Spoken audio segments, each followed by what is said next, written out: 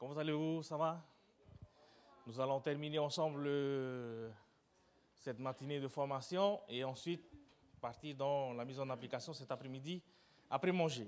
Cependant, comme je veux vraiment faire participer le maximum de personnes à la mise en application pour l'étude biblique, ce matin, nous allons avoir une courte session et nous allons tout de suite nous mettre en groupe pour que cet après-midi, il n'y aura pas de préparation, mais seulement présentation.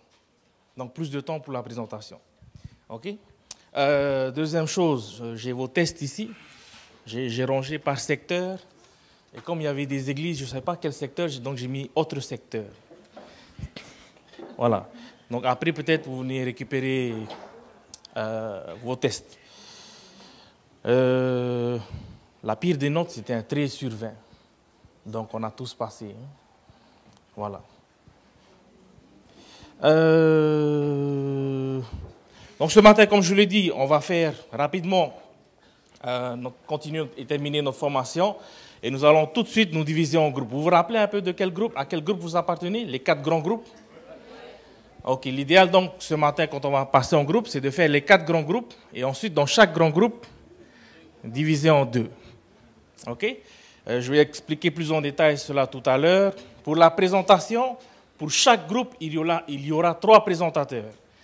Un présentateur qui va faire l'introduction, un présentateur qui va faire le développement et un présentateur qui va faire la conclusion. Donc, par groupe, il y aura 3 interventions. Ok? Comme ça, on va essayer de faire participer le maximum de personnes à la mise en application. Voilà. Je vous invite à fermer les yeux, nous allons prier.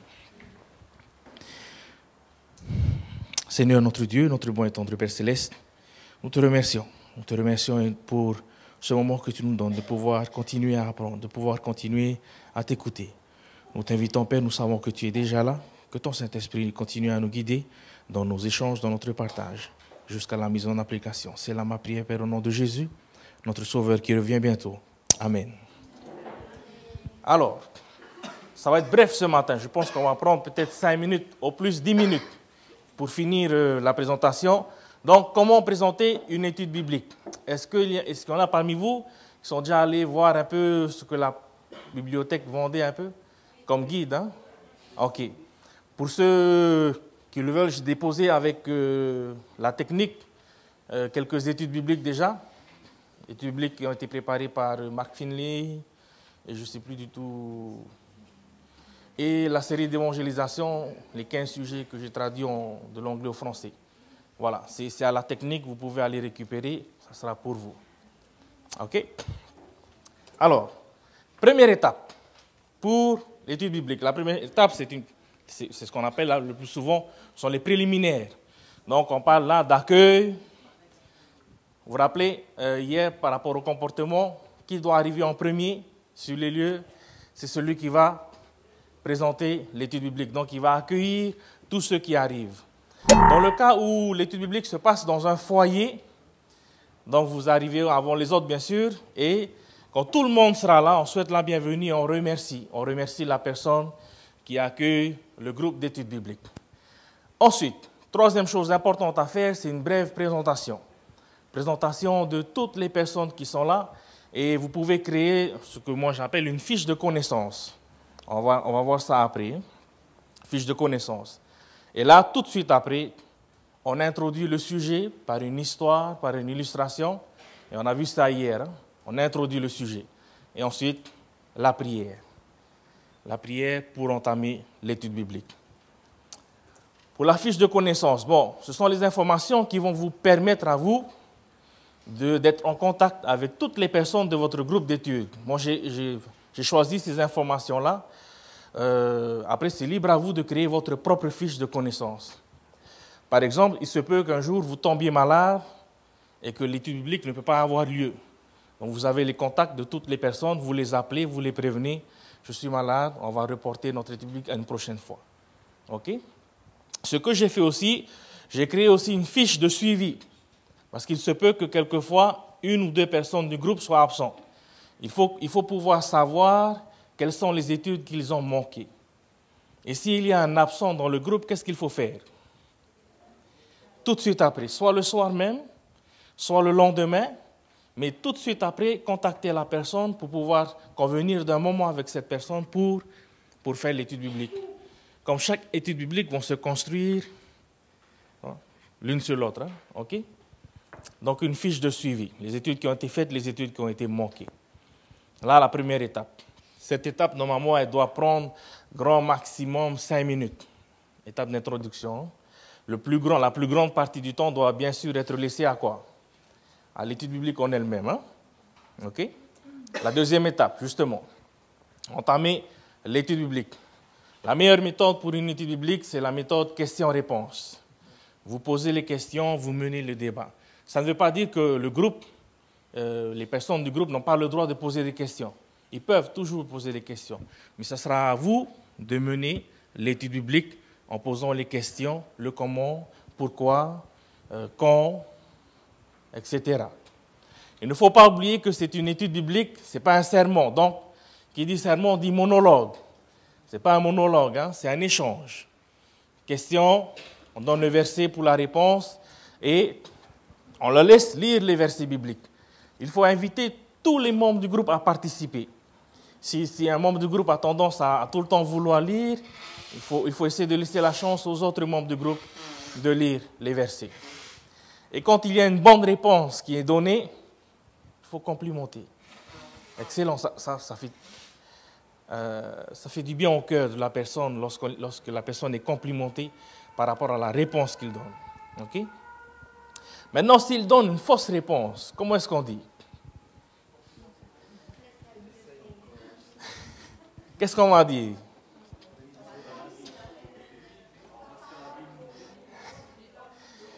Voilà, il ne faut pas dire d'affront direct, c'est faux, c'est pas ça. Tu as bien lu le verset? Non, il ne faut pas comme ça. OK? Donc, il faut avoir beaucoup de tact. OK, on va essayer de relire le verset ensemble. On va essayer de comprendre le verset. OK? Encourager, faire des commentaires qui sont courts. Souvent, on a tendance, quand on veut expliquer le verset, à partir dans un monologue. Faites des commentaires courts. Ah oui, point important, ne jamais introduire un nouveau sujet, une nouvelle étude pendant une étude.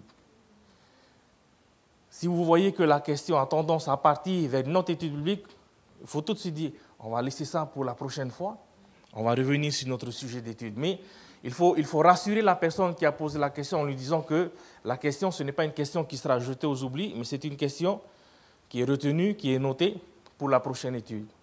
Parce que si on commence à introduire plusieurs études bibliques en même temps, ça fait une surcharge d'informations et vous allez vous-même risquer de vous perdre dans votre étude biblique.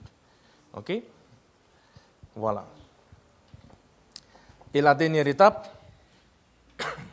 résumé de l'étude. En même temps, lorsque vous notez cela, c'est ce que les présentateurs ont fait tout à l'heure. L'intro, le développement et la conclusion. La conclusion, on résume les points principaux. Ça ne veut pas dire qu'il faut répéter toutes les questions que vous avez posées, mais il faut résumer les points principaux à retenir de l'étude biblique, faire une conclusion, un appel, remercier aussi la participation de tous et encourager tout le temps encourager les personnes à revenir pour la prochaine étude. Et donc, il faut rappeler, si c'est une étude quotidienne, chaque jour, à la même heure, ou si c'est une étude hebdomadaire, par exemple ici à Fatawa, c'était tous les lundis soirs à 6 heures, donc à lundi soir prochain pour la prochaine étude. Voilà.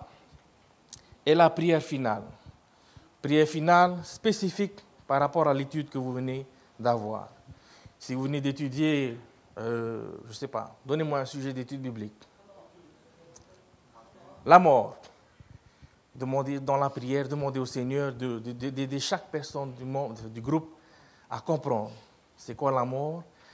On peut remercier Dieu parce que la mort, ce n'est pas la fin. Donc, une prière spécifique à l'étude biblique. OK? Prière finale et au revoir tout le monde, à la prochaine fois. OK? Ça va?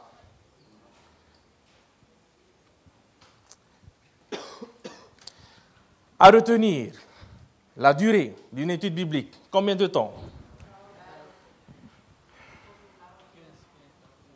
45 minutes, hein? 45 minutes, une heure grand maximum. Il y a des sujets d'études bibliques qui sont importants, grands, costauds. Il est sage de faire en 2 parties, sinon 3 parties, divisées. N'essayez pas d'assimiler tout en même temps, en un soir, en un coup. Hein. Malheureusement, c'est ce qui arrive souvent dans les évangélisations. Quand on parle de Daniel chapitre 2, c'est souvent la soirée la plus longue, hein, où on essaie de terminer. Mais en étude biblique, on n'a pas cette contrainte-là. On est en petit groupe, on peut diviser le sujet en 2 ou en 3 et bien couvrir le sujet. OK? Et il faut, c'est dans l'intérêt aussi de maintenir l'attention. Hein? OK. Nombre de questions par étude biblique, entre 10 et 15. Si vous commencez à taper dans les 20 questions, divisez en 2. 10-15 questions maximum. OK? Donc, évitez une surcharge d'informations. Ne vous mettez jamais en colère. Voilà. Il se peut qu'il y ait dans votre groupe une personne d'une autre confession religieuse qui va venir un peu vous froisser en disant des choses un peu dures par rapport à ce que vous enseignez. Ne vous mettez jamais en colère. Gardez le calme, restez respectueux et répondez avec douceur. OK? Voilà. Et très important, tous les sujets d'études bibliques doivent être christocentriques. Ce qui veut dire centrés sur Christ. Tous les sujets doivent ramener sur Christ. Christ est le centre de la parole de Dieu. Voilà. OK? Ensuite, un ordre correct des sujets. Je vais vous montrer un ordre de sujets et vous allez me dire si c'est bon ou pas bon. Et pourquoi c'est pas bon. Et pourquoi c'est bon. Voilà. Premier sujet, baptême. Deuxième sujet, alimentation. Troisième sujet, dîme. Quatrième, sabbat. Cinquième, second retour de Jésus. C'est bon, c'est pas bon. Pourquoi c'est pas bon? Ce sont une doctrine. C'est tout mélangé. Si on devait reclasser juste ces sujets-là, comment est-ce que vous les classerez? Qu'est-ce qui viendrait en premier parmi ces sujets-là? L'alimentation? Mais pourquoi changer l'alimentation? Enfin, pourquoi enseigner l'alimentation d'abord? Quel sujet? Quel sujet viendrait en premier? Alors là, j'ai entendu menu sabbat. Alors, quel sujet? La seconde venue? Pourquoi la seconde venue? C'est la bonne nouvelle.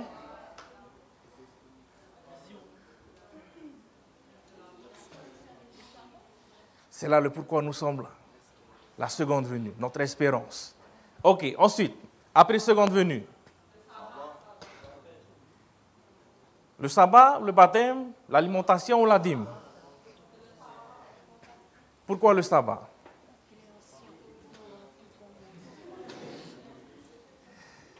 Sabbat, d'ici, où a lieu le premier sabbat? Au ciel? Et ici sur terre? OK. Second venu, le sabbat, après le sabbat. La dîme?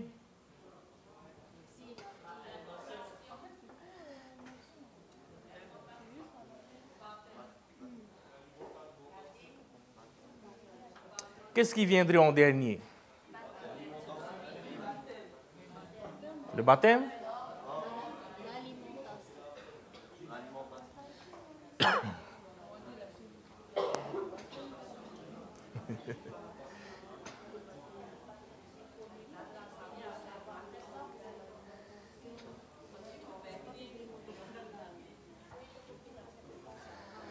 Alors, seconde venue de Christ. Ensuite, le sabbat. Ensuite, quoi?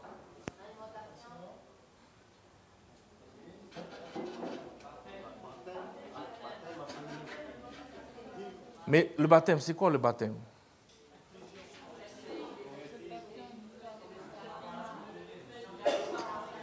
Comment est-ce qu'on définit le baptême? C'est quoi le baptême? Un mariage avec Christ? Naître de nouveau? Un engagement? Un passeport, un engagement par rapport à quoi?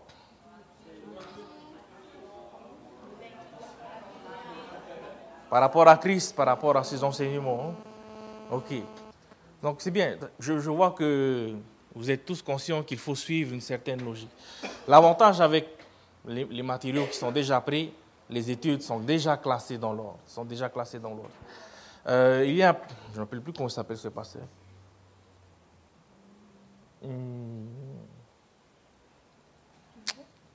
Durbon, pasteur Durbon. Il était passé dernièrement, il avait démontré une série d'études bibliques basées sur le sanctuaire. Est-ce que vous avez entendu déjà, hein? Par rapport au cheminement du pécheur lorsqu'il va dans le sanctuaire jusqu'au lieu très saint. Et c'est une approche qui est vraiment intéressante, hein, pour ceux qui souhaitent avoir cet ordre-là. Je peux vous le donner. Hein. Je ne l'ai pas sur moi là, je l'ai à la maison. Je peux vous l'envoyer, je peux vous le donner, il n'y a pas de souci. C'est un ordre intéressant. Et le baptême, il vient où, à votre avis? À la fin ou au début? Au début, hein? Juste avant d'entrer dans le lieu saint, il y a le bassin, hein? Le bassin d'eau. Et le baptême. Ok. Ok. Mise en situation. On va se mettre en groupe. Et chaque groupe, vous allez choisir un sujet d'étude biblique. Donc, vous vous rappelez, 3 intervenants. Hein? Un qui va faire l'introduction pour cet après-midi. Hein? Et comme on a juste 1 heure, donc chaque groupe, j'ai compté à peu près 8. Combien de groupes? Il y a 4 groupes, divisé par 8. 8 groupes. Donc ça fait à peu près, grosso modo, 10 minutes chaque groupe. 10 minutes chaque groupe. Donc 2 minutes pour celui qui va faire l'introduction, 4-5 minutes pour celui qui va faire le développement. Bon, au développement, on n'aura pas le temps de faire toutes les questions.